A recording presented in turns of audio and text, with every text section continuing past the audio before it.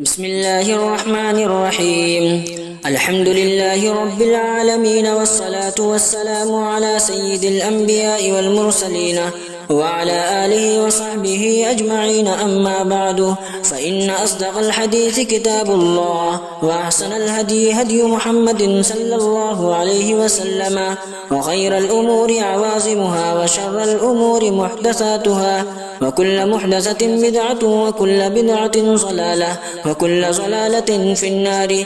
وبالسند المتصل منا إلى الشيخ الإمام الهمام الحافظ الحجة أمير المؤمنين في الحديث أبي عبد الله محمد بن إسماعيل بن إبراهيم بن المغيرة الجعفي اليماني البخاري رحمه الله تعالى. اللهم انفعنا وارفعنا بعلومهم وعلومكم أجمعين، آمين يا رب العالمين. أنه قال: باب رفع اليدين إذا كبر وإذا ركع وإذا رفع.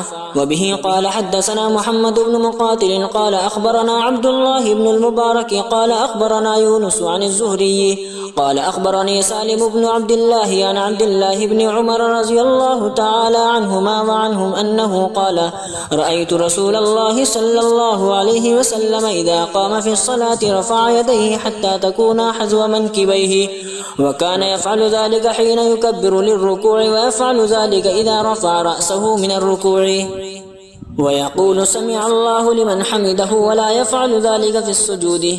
وبه قال: حدثنا إسحاق الواسطي قال حدثنا خالد بن عبد الله عن خالد عن أبي قلابة أنه رأى مالك بن الحويرث إذا صلى كبر ورفع يديه، وإذا أراد أن يركع رفع يديه، وإذا رفع رأسه من الركوع رفع يديه.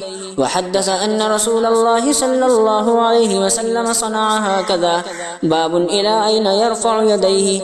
وقال أبو حميد في أصحابه: رفع النبي صلى الله عليه وسلم حذو منكبيه. وبه قال: حدثنا أبو اليمان قال أخبرنا شعيب عن الزهري قال أخبرني سالم بن عبد الله بن عمر أن عبد الله بن عمر رضي الله تعالى عنهما وعنهم أنه قال: رأيت رسول الله صلى الله عليه وسلم افتتح التكبير في الصلاة فرفع يديه حين يكبر حتى يجعلهما حذو منكبيه، وإذا كبر للركوع فعل مثله، وإذا قال سمع الله لمن حمد فعل مثله، وقال ربنا ولك الحمد، ولا يفعل ذلك حين يسجد ولا حين يرفع رأسه من السجود.